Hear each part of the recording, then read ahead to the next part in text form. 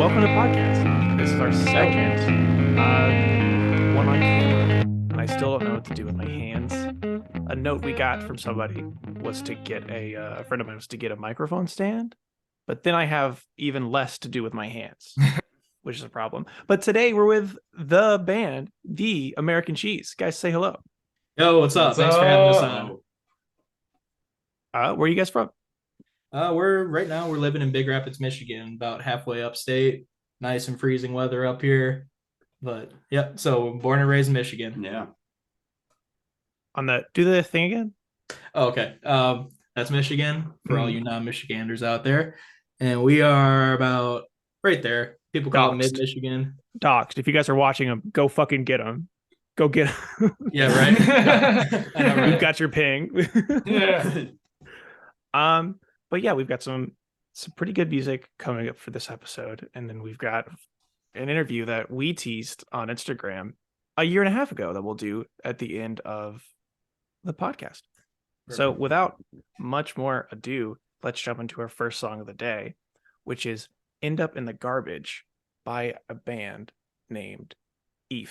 Oh my god, man, it's so much. I have a fucking massive headache. If I don't do anything about it soon, I might end up in the garbage.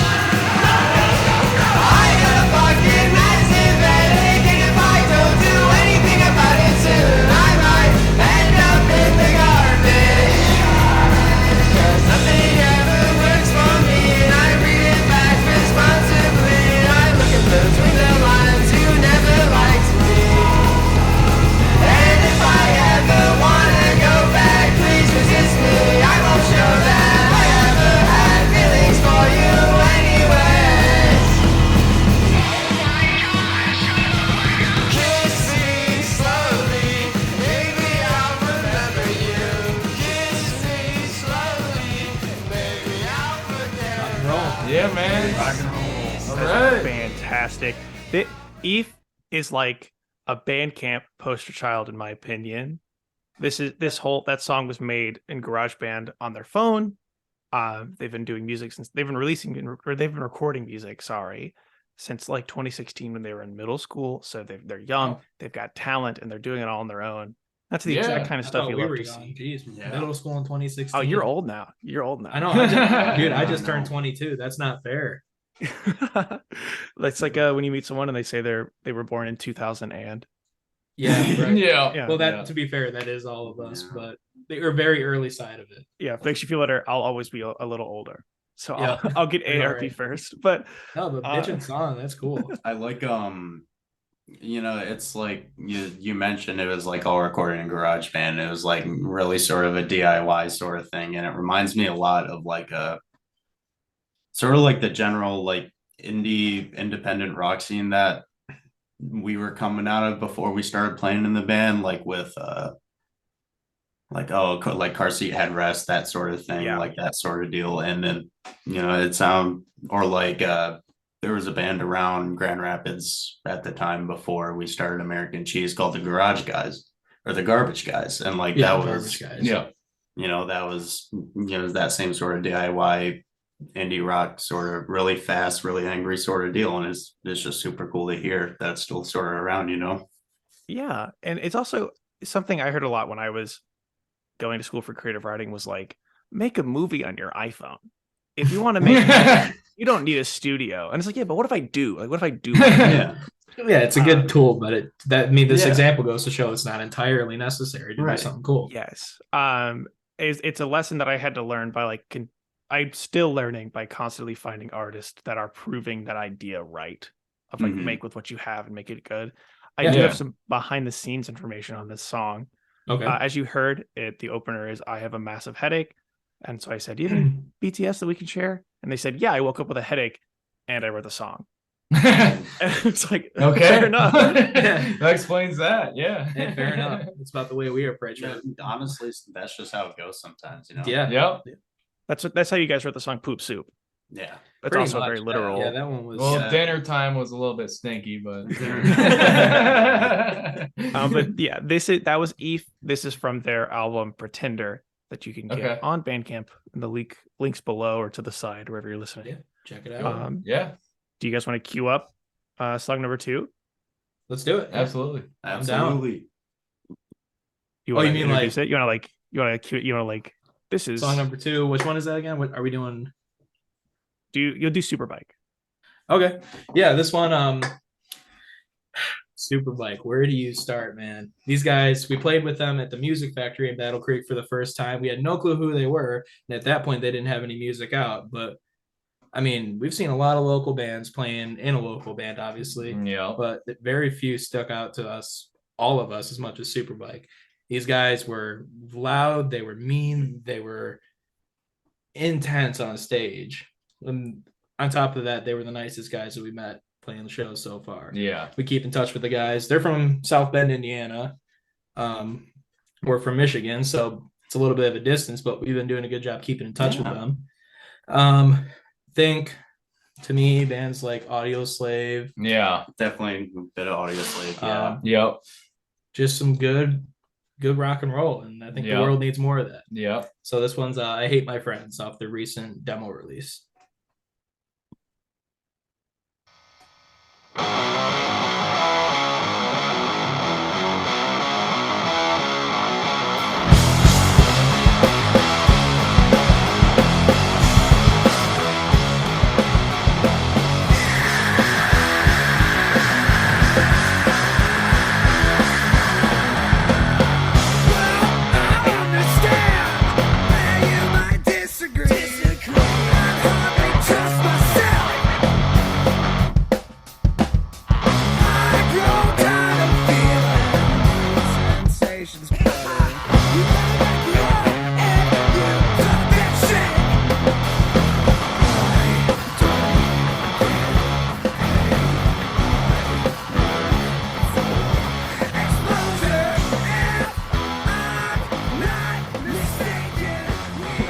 Dude, Superbike, man, they're brand new.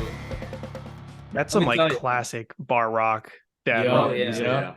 It's just like, I don't know, man. It makes me want to turn it up and bang my head, dude. That's Yeah, right. some sweet stuff right there. It seems like it. If I'm wrong, like please make fun of me because it'd be funny. But it seems like they're kind of satirizing like a youthful like Michael Kelso falling from the water tower in that 70s show to prove that he is immortal. It Yep. seems like Oh, that's yeah. kind of the Yeah, yep, spot on. Spot on. That's the energy. I'm sure they'd agree. If No, those not, they guys can come on the podcast and Yeah. Yeah, right. You should have them on. Yeah. there. On top of being a good God. yeah, on top of being a good live band, man, they're just such nice people as well. Oh yeah. It's easy to talk to. Never met them before, and you talk to them like they're your best friend from high school. who is their percussionist? Because they're Dude, going he insane. is rocking, dude. He is- Yes. he's on another level. What is Dude, his they name? got gnarly riffs, drummers going at it back there. It's so sick. Gritty voice. Gritty Gritty-ass voice. So that's what rock and roll Dude, is. I want them to hook up with our producer Addison Eilers from the band Tiny Tree, even if it's worth the drive up to well, he's in Muskegon, Michigan. But man, these guys, if they put They got some a power. lot into the recording, they wouldn't be a local band anymore, if you ask me. Mm. They're already climbing the scene Jeez, yeah. in the Midwest, not just Indiana. Well, the In show we months. played with them a couple Months. months ago, that was their second show ever. Yeah. And Literal months. oh, they were sweet. You guys got to tell them to get on Bandcamp. I don't Yeah, know if they're right. on there yet, but I as you I don't know, know. being paid directly for your music is awesome. Yeah, right. Yeah. No, I'm unfortunately an Apple Music guy, so that's all I know. No, so yeah, I mean they'd be down for sure. I really like there's a part, I don't know exactly what they're saying, but they're talking about smoking in the parking lot and they take a moment Yeah. away from the Yep. music to be like, I think it's Yeah. awesome. No, they cover all the bases in their songwriting, and Yeah. they make it an experience rather than just a song, and that's what I really appreciate about them. And that's the thing is they're not just like spitting words out there. They're creating an image in your mind that really sounds like a shit ton of fun. with Yeah. You with know, some sick riffs. with some sick riffs. You know, it's This fun. is backing it up. It's yeah. fun, you know? Yep. Yeah. I think I can definitely see what you guys were describing. You're like Dewey Cox moment where you're like walking through the venue and you're like, wait. Exactly. You call one of the other members of the band. Oh, that sound you're looking for? Yeah, like Yeah. yeah, It's Chuck right Berry. here, baby. Hey, Yeah. Chuck, that sound you're looking for, man. Listen to that. That's perfect. But yeah, I think it's awesome. I think it is always really fun to see someone with, or see a band with like real talent and potential grow as fast as Oh, yeah. Superbike is, like you guys have been Yeah. describing. Yeah. Mhm. Yeah, we're talking months, not even any real time. I mean, it's crazy. Yeah, Very, especially very proud. because like if they've got a single release, they've got demos out, then Mhm. Yeah. like your set list, your track list might still mostly be covers because you want people to know the songs you're playing. Yeah. Yeah, I think they did a few at our show. I don't remember though, but They yeah, did do a couple. Yeah. yeah, Yeah, But just 'cause yeah, people like to they're feel right on. included. But like exactly. that just speaks to the potential they have with this song alone, being Yeah. able to win people over when they came out to hear Sweet Caroline or whatever Yeah. their local Yeah. venue. Oh, absolutely. It's like when the show we played with them. It's not, you don't really see it a lot when you have a local band that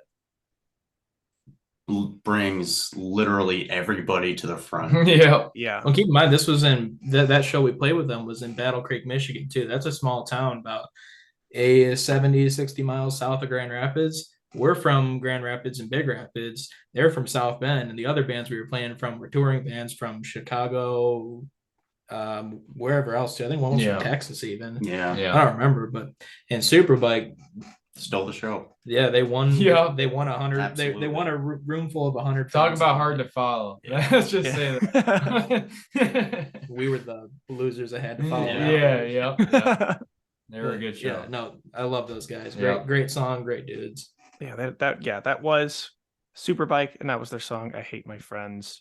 That, and they have another song called See You in Hell on their Demolition tape, which is on Spotify and Apple Music right now, and wherever else I think Deezer and stuff auto uploads for you. Maybe they're on Tidal. But we're gonna go into song number 3 today from a friend of the show, Richie Galvan, and their song Miramax.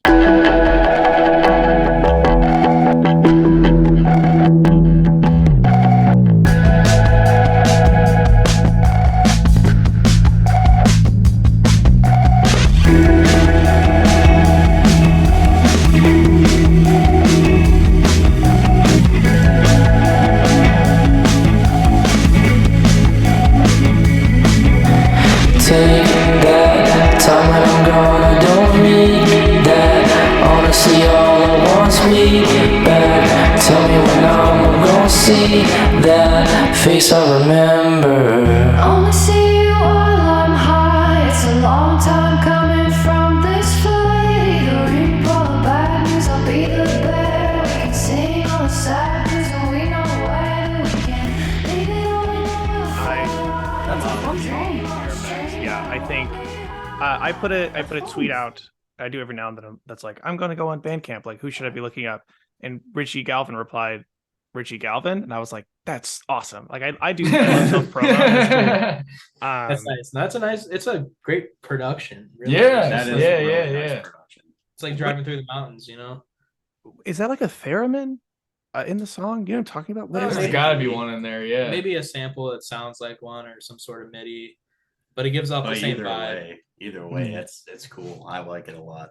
Yeah. It's I got have that some modern indie feel, but it's vibey too. And Yep. I have some fun little backstory to this song, which I think is really cool. okay. That we got from Richie. I'm just going to read the whole thing because I think it's awesome. So he says, I wrote the song back in 2021 after recently moving to Houston, Texas from Long Beach, California. The track Okay. has a lot of themes of separation anxiety and dependency, whether it be dependency on substances or another person in your life. When I originally made the demo, I had 2 very different versions of the track and put both on Instagram for my followers to vote which version they liked more. I ended up going with the more indie rock version rather than the other more hip hop version. It features Martha Goddard on the chorus. When she first recorded her part, she sang it so perfectly that it was almost too clean. I asked her to sing it again, but a little more slovenly. So she had a show that night, and when she came back in, she re-recorded her part with more of a raspier voice, and it was exactly what I was looking for. It's my favorite song in my discography so far, and I have a lot more on the way. That, like, the getting your chorus in and getting your vocals in, and they're too good. Yeah. That's so funny to me. No, Yeah. That's a good problem to have. that's a great Yep. pro- Yeah, I do think her voice is perfect. I would be interested to hear what Too Clean sounded like, but I do know, right? like Yeah. the scratchiness, the raspiness in the song. Yeah. Well, I'll tell you what, it's it's a beautiful, beautiful song. It sounds beautiful.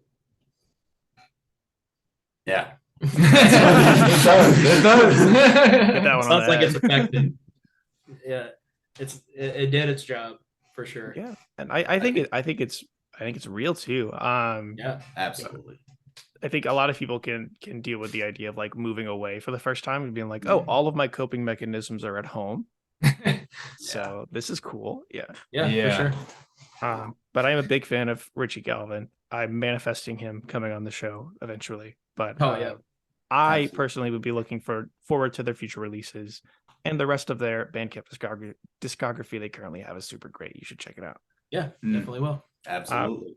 But now we're getting to the other self-promotion part of the show. We're talking about you guys. Oh man. Let's cue up your and song roll. or last song of the day, and then we'll jump into Oh it. boy. You want to do it like you're a bad radio DJ?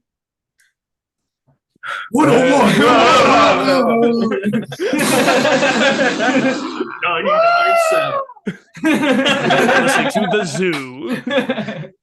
There we go. No further introduction.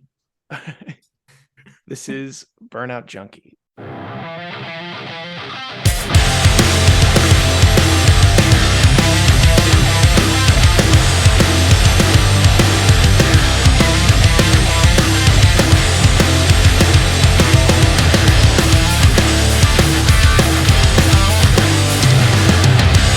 Is there something going on with me? Is something up? What's wrong with a little fun? Getting so drunk that I can't see. Getting so high that I can't breathe. Doesn't make me a burnout junkie. It just keeps me functioning. I don't wanna go home this summer and show my face. People tell me that I'm crazy, and nothing else has told me. It's a heater, and I'm not saying that just because you're in the Zoom call. No. No. Oh gosh, thanks, Josh. Oh. Did you really think about? Oh my god. I love I guess it's in the hook, the idea of like, I agree that I'm crazy. As long as nobody contradicts this statement, we're gonna keep moving forward. So my Yeah. first question is, who wrote that, and how are you doing now?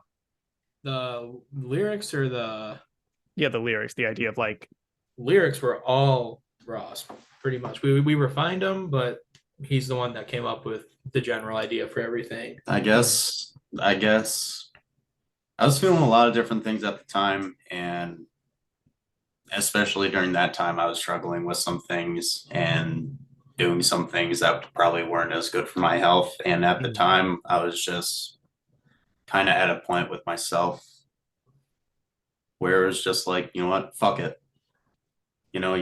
Yeah, this is happening. This is all real, you know what, but I'm just gonna keep going. Because it's better than not keeping on going, yeah, I suppose. And at least if you're at least honest with yourself, that's better than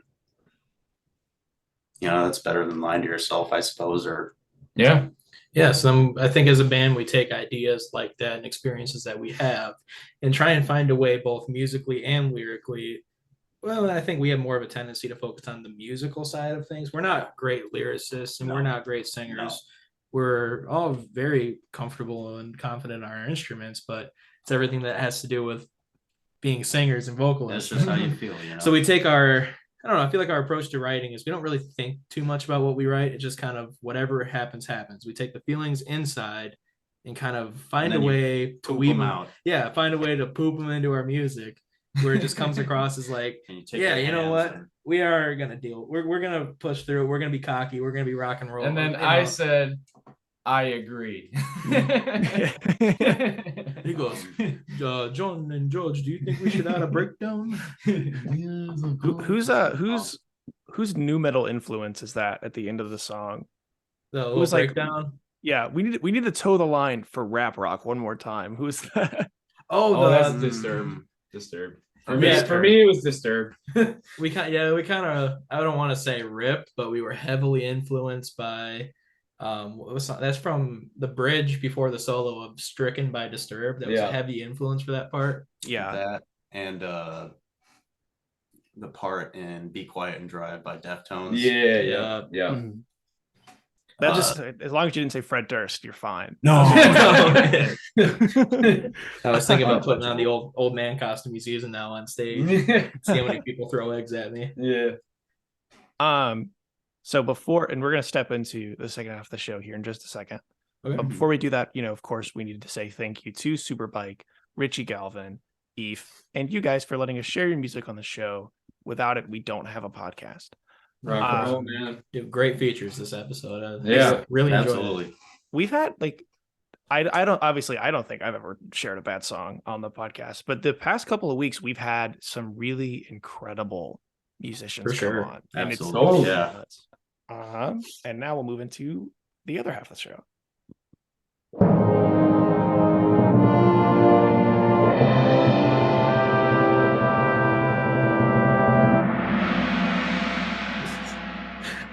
Dude, that's what we need. We need a gong in the band. Yes. I think every band would do better with a gong. You guys Dude, get I a think Alex gatekeeper. Van Halen gong, yeah. You get a gong guy. You get Gary with a gong, and he sits on Gary stage the for Gong one guy. I track. like it. Our neighbor's name's Gary. I'll invite him over. Does he have a Yeah. gong? Have you asked him? I mean, he's Um, got a bong, but He's preoccupied. Oh, I didn't know Gary was fucking cool like that. I didn't know he was chill like that. So my first question for you guys is you re-released your debut EP, American Cheese, with a couple of more tracks. Why not just repackage the remaining tracks you had, like Burnout, Junkie, and say, here's a short 3-track EP. Like, here's a new thing we're doing. essentially because, well, first of all, our first run with Addison Hours, our producers, was killer. But with the new songs that we had released or that we had recorded, Burnout, Junkie, Place My Own, the new Insecurities, they came out in a way so much more powerful and so much more representative of what we can do as a band and what Addison can really do as a producer. That we felt that we had to, in order to do the rest of the songs justice and make them kind of flow with one another, we had to remaster them. So if you notice, you listen to the original EP, which we kept out just because it's already out. It's, you know, a good overview of our start as a band. But if you listen to that as opposed to the new American Cheese Extra Cheese release, you can hear a lot more oomph, a lot more, you know, hitting the gas. Yep.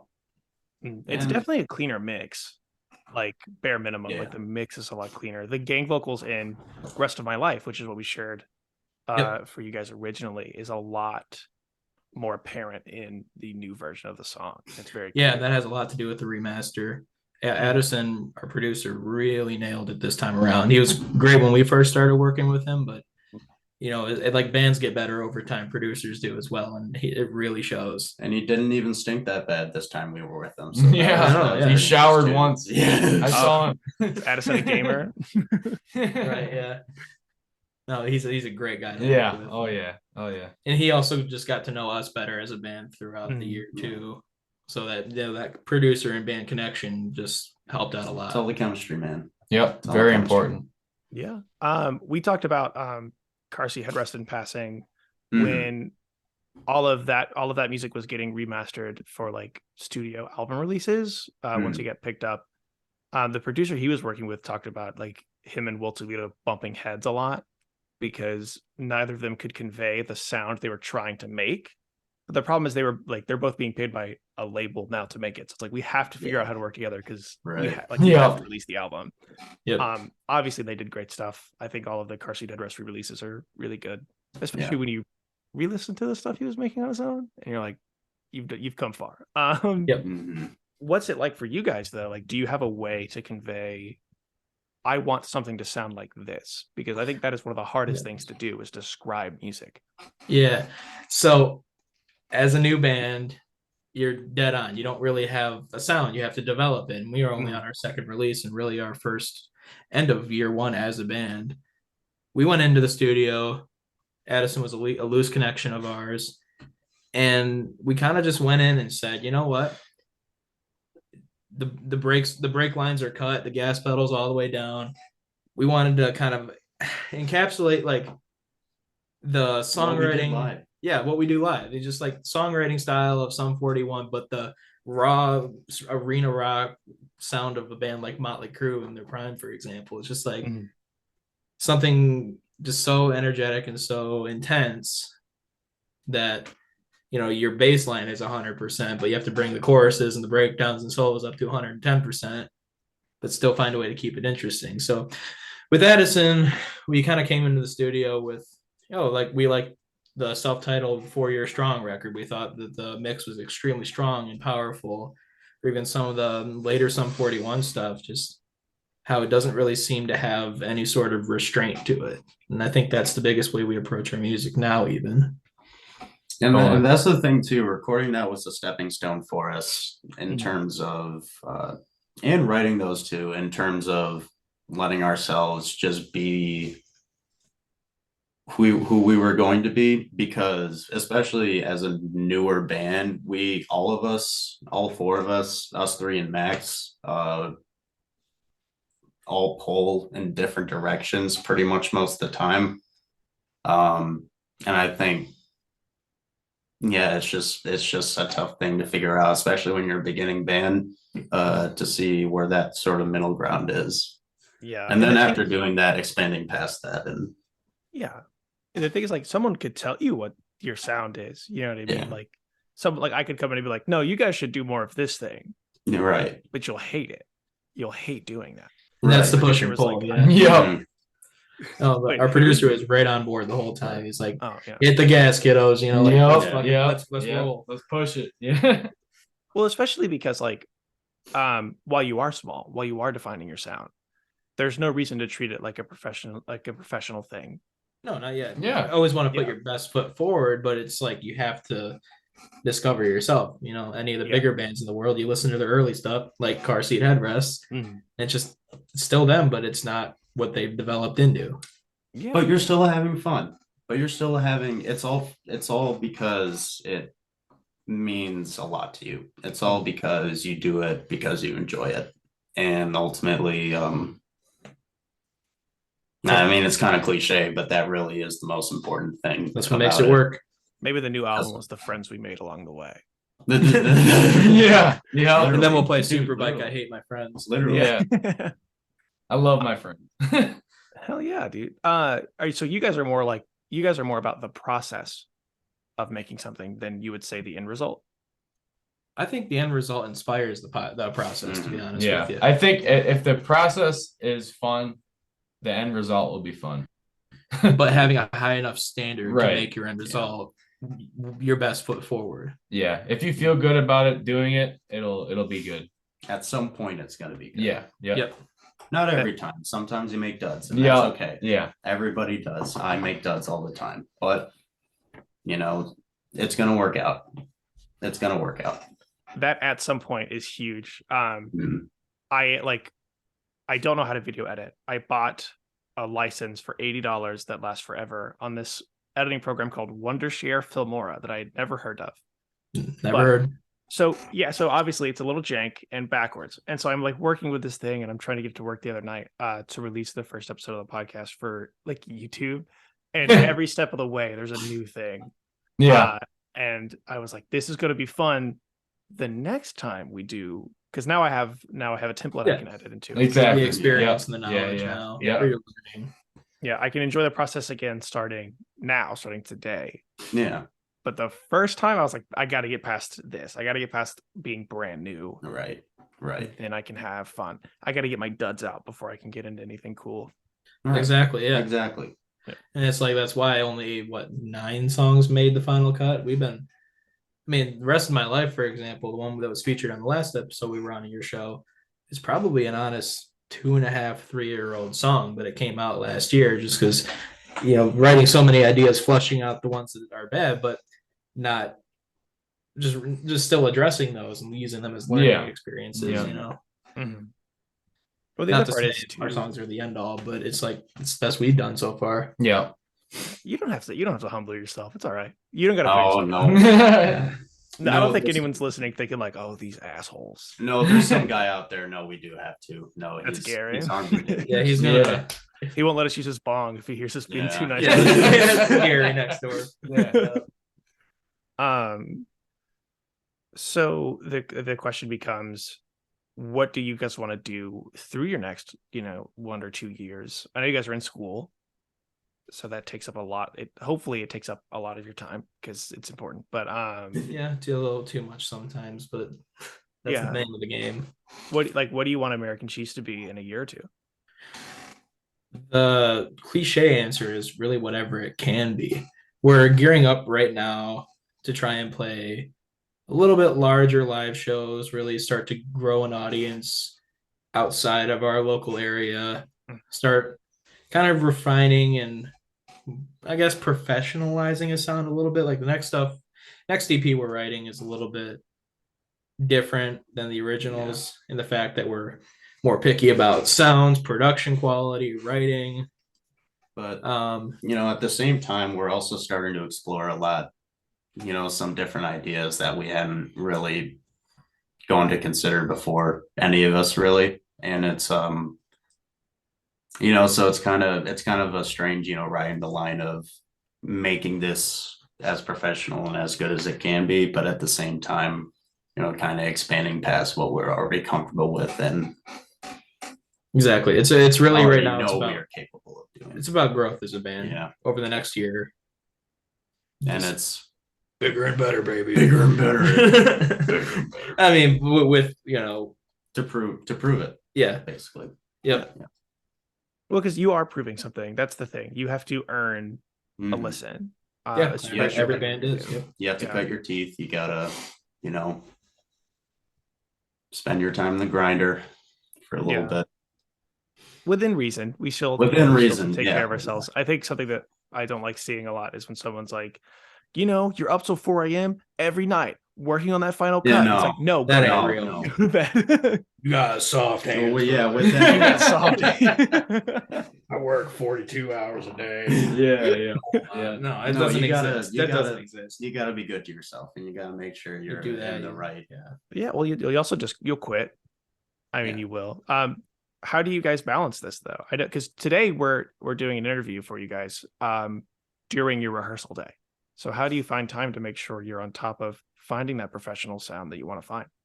Well, I mean, with anything in life, it's like if you want something bad enough, you'll make time for it. It's like even in our previous text conversations, you're like, yeah, hit me up after midnight. And like, oh man, that's a little yeah. late. But you make time for what you want to do. There's 24 hours in the day, you got to use them all.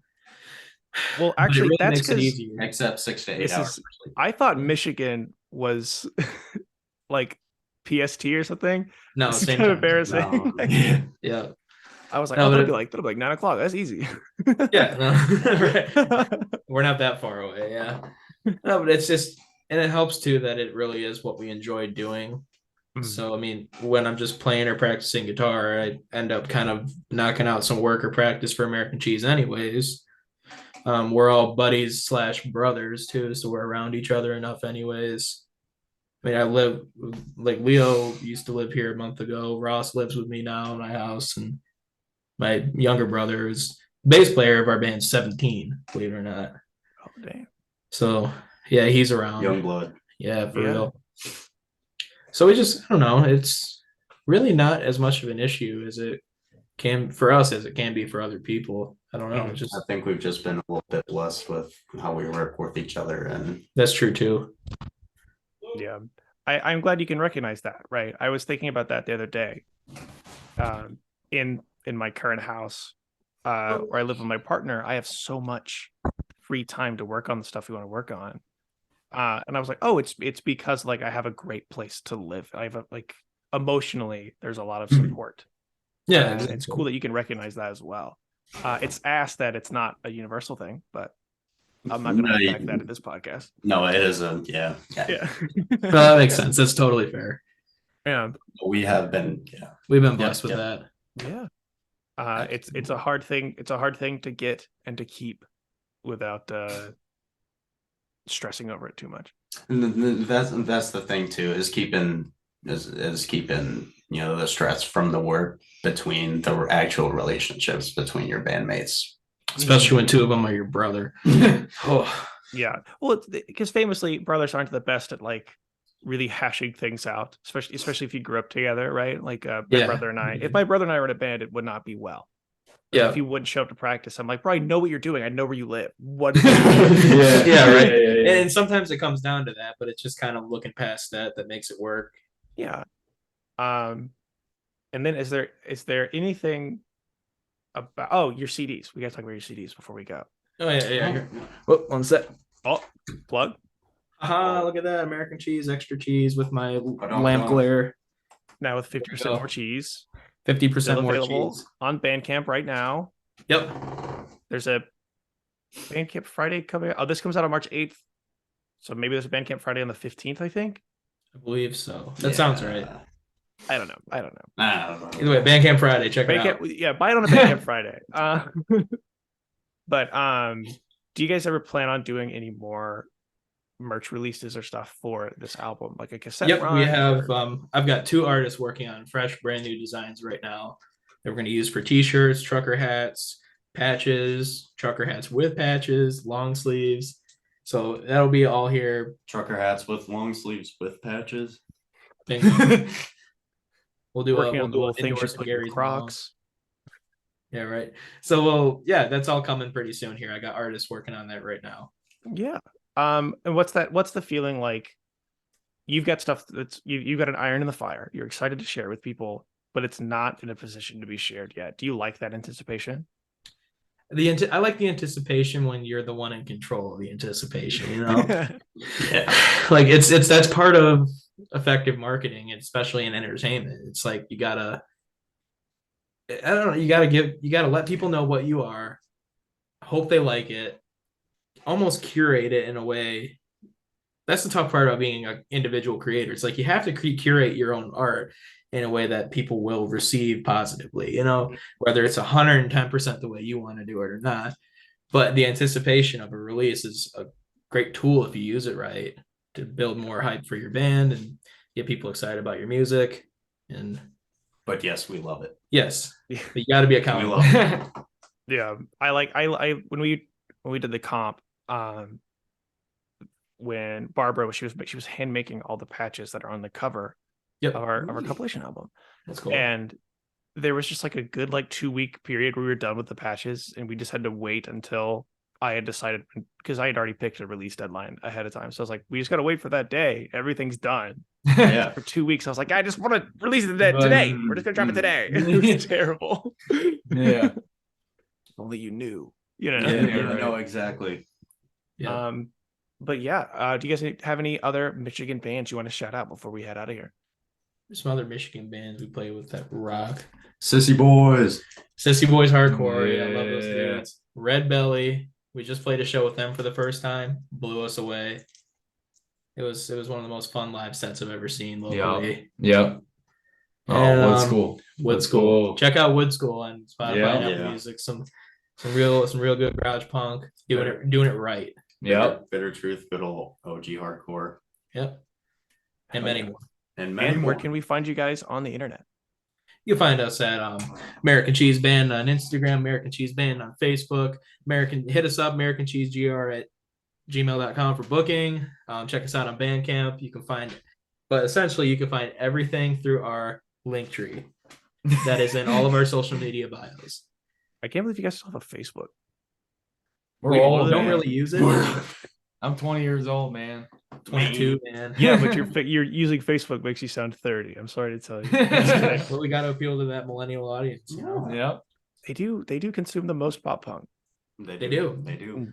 All Yeah. signs point to Fort Lauderdale and our Bandcamp Friday sales, guys. Come on down. That's your next. All Facebook right. post. That was fun. I'm just kidding. You can find me on Instagram and Twitter at jwfreeman_. You can follow the show on the same social media networks at Camp Scouts Pod. You can email us if you're so inclined at campscoutspod@gmail.com. And there's a newsletter link in the bio. It's a MailChimp link if you want to get new music recommendations at the beginning of every month. The one for March came out late because I forgot that February only has 28 days. But for the rest of the year, it should be the first of the month. But guys, Carl, Ross, Leo, thank you guys for coming on. Perfect. Thanks for having us. Thanks for having us, Ed. Love it. Absolutely. How'd the cat get back in? No, Oh, we shut the door. Nope. You go.